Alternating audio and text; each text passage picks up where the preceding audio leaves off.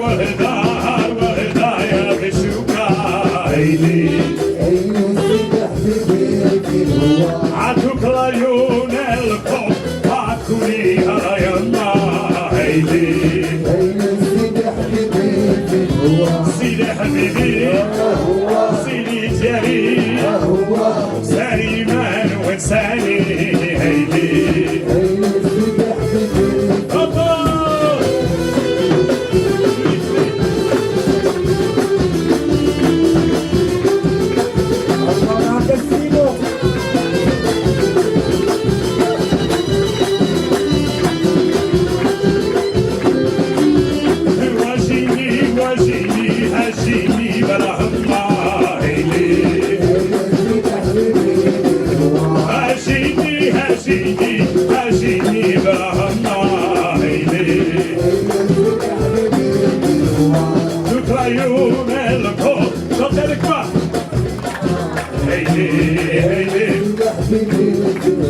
سيدي حبيبي سيدي جري ساري مان وانساني هيلي هيلي حبيبي جاري طريق لاي لاي لاي لاي لاي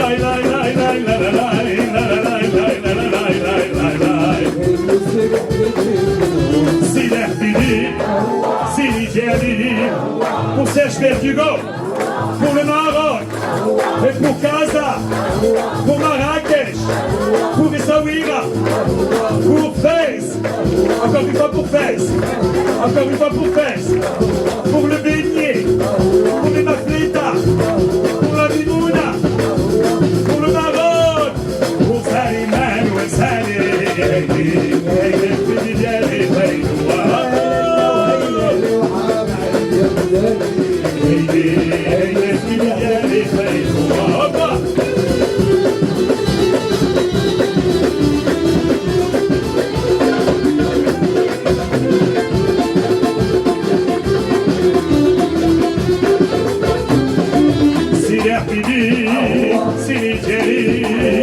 سالمان وانساني هيلي هيلك ببيالي فينواب هيلي هيلك ببيالي فينواب هيلي هيلك ببيالي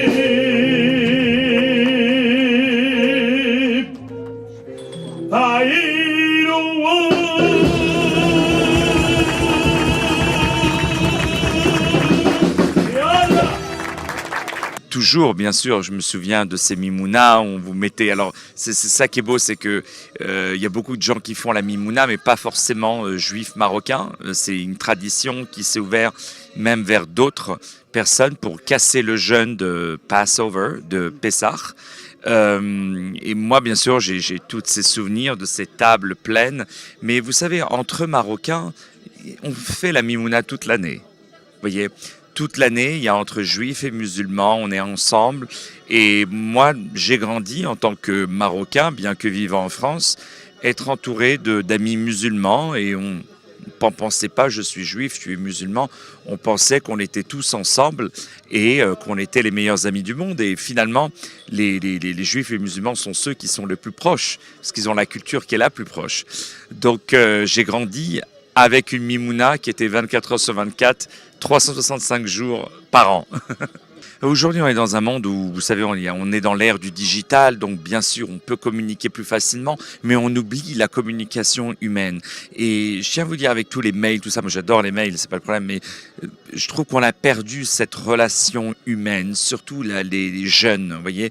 Et c'est vrai qu'il n'y a qu'au Maroc où vraiment, quand je viens des États-Unis et que j'arrive au Maroc, on retrouve cette envie humaine, cette chaleur humaine qu'on trouve au Maroc. Et vraiment, pour retrouver vraiment tous ces sentiments, je demande au monde entier de venir au Maroc. Mohamed Hadaoui, je l'ai connu au moment où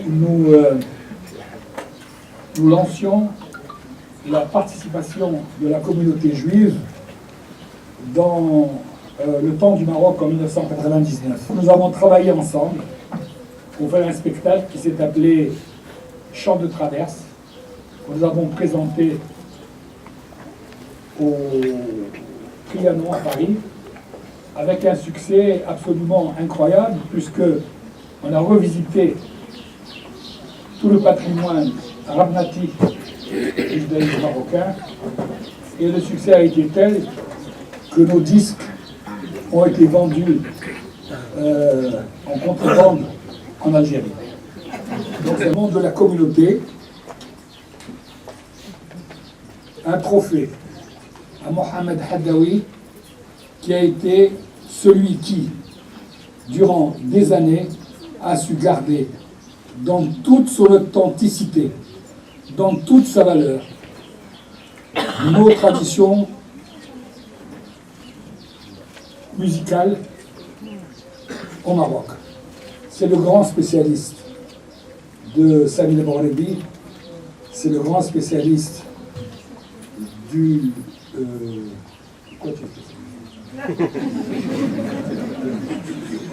de la musique judéo-marocaine.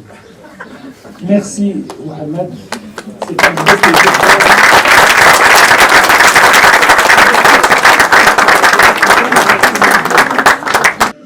العيد هذا هو ما يعرفه في الطقوس اليهودية المغربية بواحد المصطلح بيساح، ما معناه وهو قل الربيع كما يقولون، ولكنه هو مختص. هذا الحفل ديال الميمونة خاص باليهود المغاربة.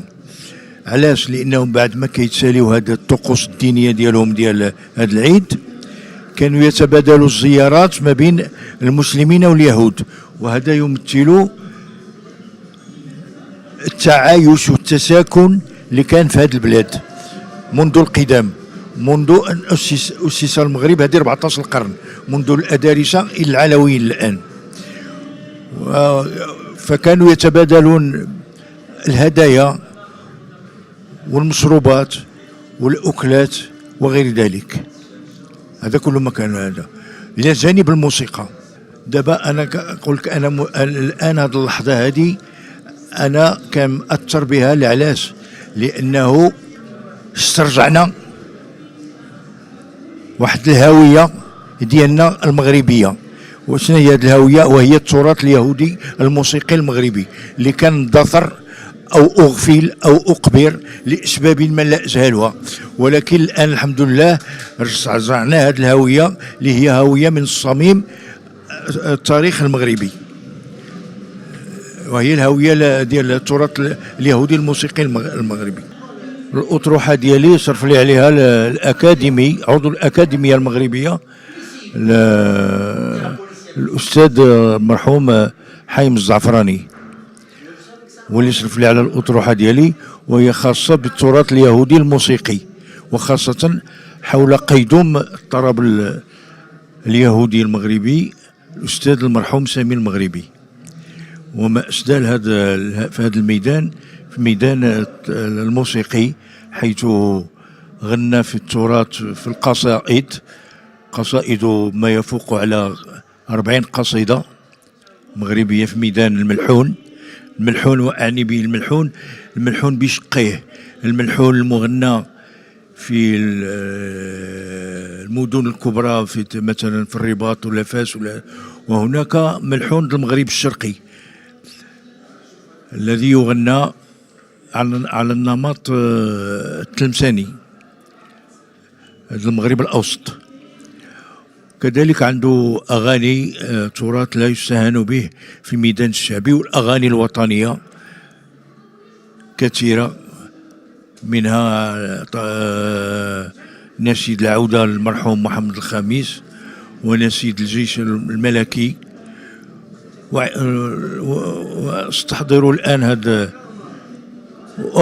وأناشيد وطنية أخرى كنشيد الشباب، كنشيد الرياضة.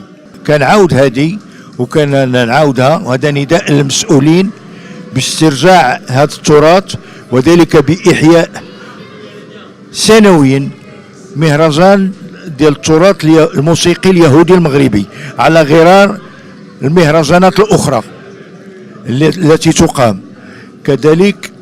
وهذا نداء للمسؤولين لاسترجاع الهوية المغربية، وهي إدخال في المدارس في كتبنا المناهجية المدرسية إدخال تاريخ هذه الطائفة التي لا ننسى الدور ديالها في تاريخ المغرب، وهي الطائفة اليهودية التي بقيت متشبتة بهويتها المغربية ووطنيتها رغم شتاتها في المهجر في القارات الخمس. Alors, en fait, dans votre question, elle est très bien faite. Parce qu'en fait, vous avez tout dit. Vous avez dit que la Mimouna fait partie du patrimoine marocain. Et c'est ça qui est absolument extraordinaire et qu'on a envie vraiment de préserver. Pour moi, cette Mimouna, c'est une célébration de culture. Voyez, et la culture, elle peut se traduire par la musique, par la nourriture, par des belles histoires aussi racontées, par de beaux discours, par l'art, etc., par l'art de la table, par plein de choses. Mais c'est avant tout un grand moment de convivialité. Et pour moi, la convivialité, c'est la signature même de ce beau pays qu'est le Maroc. صاحب الفضلاء يقضي حوايجه من كل تعالى دوك الخلالة خلاص كبار ونبلاهم يا باش يكفي حسن ماما عطي الماما عطي الماما عطي الماما يلا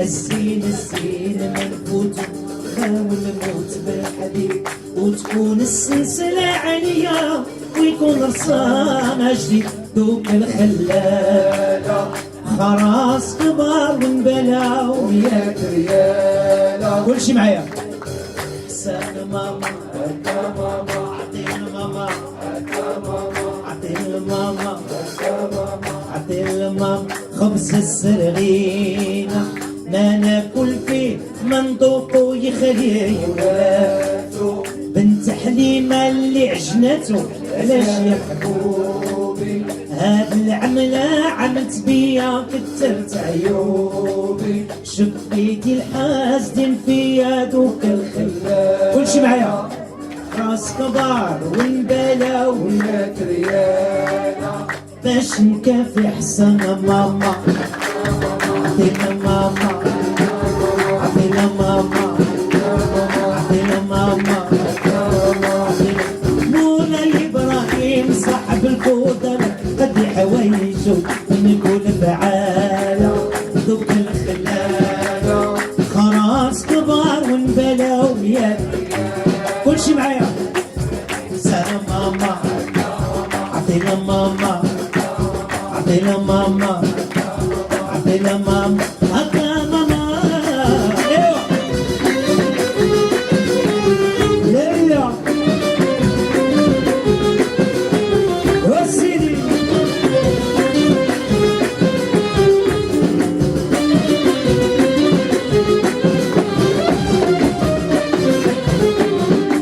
خبز سرعينا ما ناكل فيه منطق ويخليه ولاتو بنت حليمة اللي عشناتو علاش يا محبوبي هاد العملة عملت بيا وكترت عيوبي شفيتي الحاسدين فيا دوك خلال خلاص كبار ونبلا وياك باش نكافي حسن ماما عطينا ماما عطينا ماما عطينا ماما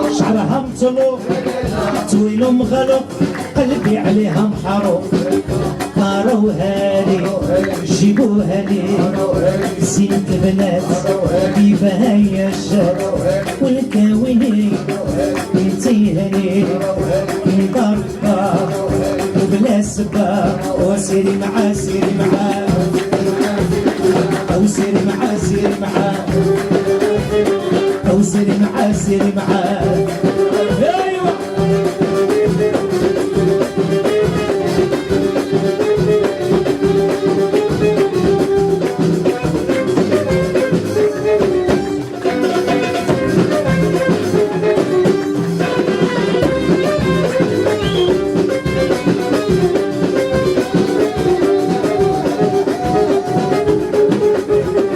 سيري معاه سيري معاه سيري معاه الطنجة بلا كبيرة عريضة سيري معاه الطنجة بلا كبيرة عريضة كل ليلة سهرة جديدة لا وحدة هي الحبيب أو سيري معاه أو سيري معاه أو سيري معاه أو سيري معاه أو سيري معاه سيري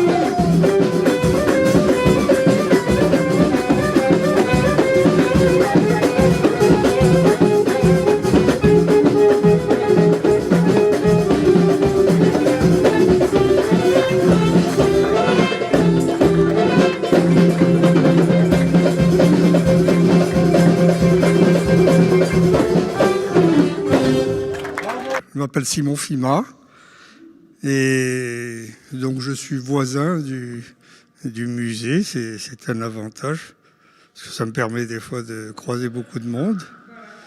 Et ce soir, je suis venu pour célébrer en fin de compte la fête qui est une tradition chez nous qu'on appelle la Mimouna. Donc c'est la fête où il y a de la joie, où on a la chance de croiser des gens qu'on ne voit pas souvent, qui viennent de partout et ça permet avec nos amis musulmans d'apporter la preuve vivante de la coexistence judéo-musulmane. Et c'est la preuve vivante que nous avons une entente parfaite. Maintenant, pour ce qui est des anciens souvenirs, c'est vrai que c'était une fête où les voisins échangeaient, les fêtes des deux côtés, où les portes étaient ouvertes et les gens passaient d'un étage à l'autre. Et voilà, ce que je souhaite, c'est que nous puissions garder ces traditions, parce que c'est très important d'avoir un lien fraternel et de pouvoir partager le bonheur ensemble. Je n'ai jamais quitté le Maroc, mais pourtant j'ai voyagé très tôt. J'étais aux États-Unis pendant 3 mois parce que c'est ce qu'on avait comme possibilité. Et j'étais à New York fin 68.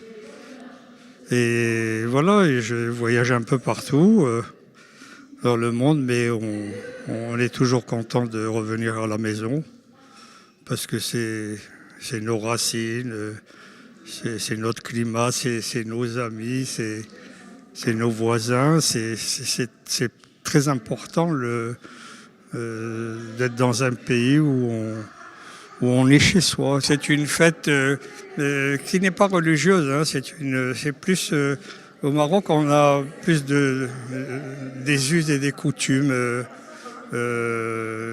donc c'est plus chaleureux. Voilà, je pense que c'est un peu la fin de la fête, après avoir mangé pendant 8 jours du pain azim, qu'on appelle raïf en arabe. Et c'est une fête où d'abord ça permet aux gens de rester ce qu'ils sont. Et ça permet aussi aux gens d'inviter ceux qui n'ont pas de famille. Et donc il y a une très grande solidarité. Et il y a beaucoup de gens, bien sûr, qui ne travaillent pas pendant ces 8 jours, parce que s'ils en ont les moyens, bien sûr, Et ça leur permet de se retrouver. Je crois que j'assimilerai un peu cette fête à l'Aïd el-Kbir. Voilà, ça permet les retrouvailles familiaux, ça permet de ressouder la famille. Ou sinon, on a tendance à se déshumaniser. Mais voilà, je pense qu'il faut garder ces traditions. Il faut savoir d'où l'on vient pour savoir où l'on va. Et donc, je pense que ça incite aussi la curiosité des gens, dire pourquoi, comment. Et bon, je me réjouis actuellement au Maroc. Il y a eu beaucoup de choses qu'on a faites grâce à Sa Majesté. Donc, rétablir les noms pour la Médina de Marrakech, refaire le musée de Fès. Tout ça, c'est très important à tous les niveaux. Non seulement culturel, mais en plus sur le plan économique. Parce qu'on peut dire qu'il y a 40 à 50 000 personnes au bas mot qui viennent comme touristes pour pèleriner. Et c'est un apport au niveau touristique, parce que je pense que c'est des gens qui aiment beaucoup le Maroc. Et aujourd'hui, il y a des petits-enfants qui veulent connaître l'histoire de leurs grands-parents, qui viennent et qui posent beaucoup de questions. العار يا العطار زيد العطار يا العطار عطيني الشبخور باش نبرد شماري وباش نطفي هاد النار عيط نصبر زاني عذابي لو قالوا لي دوايا عندك نصيبو العطار كيداوي الفرج حبيبو قالوا لي دوايا عندك نصيبو العطار كيداوي الفرج حبيبو اش دواك يا العطار والعار يا العطار